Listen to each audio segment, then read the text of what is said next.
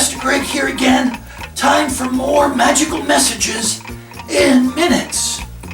You know, I heard it said that the strongest chain is only as strong as its weakest link. Now, I didn't know what that meant at first, but my dad told me that a chain is only as strong as one of these guys. If one of these links were to break while the chain was being used, the chain would break and would be useless. As I got older, I realized this kind of reminds me of the kingdom of God. Think about it. God made each one of us unique. God made each one of us different. God made each one of us special. And God gave us unique giftings, unique abilities that only we can accomplish.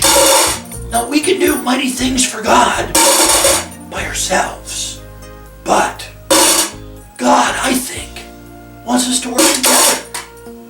It says in the Bible that we are like a body. Some of us are like heads, and some of us are like hearts, some of us are like hands, and some of us are like feet. Each one of those pieces comes together to do mighty things for God. Now, a hand can do mighty things, but hands can do even greater things. And hands and feet together, even greater things yet. And I think that's why God made us unique, but then wanted us to work together.